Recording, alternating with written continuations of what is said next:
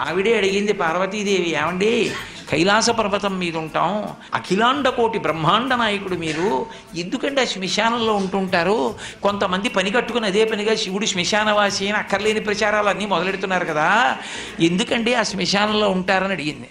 అడిగితే ఆనాడు మహాభారతం అనుశాసనిక పర్వంలో చెప్పాడు, పార్వతి నేనేం ఉత్తినే చేతకాని వాడనై ఉండలేదు, బ్రతికున్న నాళ్ళు అక్కడికెడదాం ఇక్కడికెడదామని పని లేకపోయినా షికార్లు తిరిగి నేను ఇంతటి వాణ్ణి అని గుండెల మీద చెయ్యేసుకుని ఇంత గర్వించి మా ఆవిడ, మా పిల్లలు, మా అన్నయ్య, మా తమ్ముడు, మా స్నేహితులు ఇంతమందిని చూపించినవాడు ప్రాణం పోయిన తర్వాత ఎండు కర్రల మీద పడుకోబెట్టి తాడుతో కట్టేసి ఒంటి మీద కేవలం అత్యంత చవకబారు వస్త్రం ఒకటి పెట్టి పాడి మీదకి తీసుకెళ్ళేటప్పుడు ఆ బట్ట కూడా తీసేసి కట్టెల మీద పడుకోబెట్టి ఇంధనం పోసి కర్త వచ్చి అగ్నిహోత్రం వెలిగిస్తే తల దగ్గర నుంచి కాలుతూ వచ్చేసి తల బద్దలైపోయిన తర్వాత అరికాళ్ళల్లోంచి నెత్తురు ముద్దలుగా పైకొస్తుంటే పెద్ద కాడ పట్టుకుని కాళ్ళు పైకెత్తి వెనక్కి పారేస్తే నా ఒళ్ళు అనుకుని మురిసిపోయిన వాడు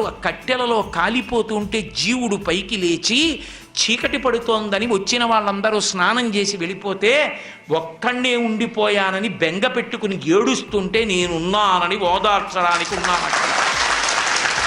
నేను లేకపోతే చచ్చినవాడు చస్తాడు పార్వతి, అందుకున్నానన్నాడు. అది ఆయన ఔదార్యం.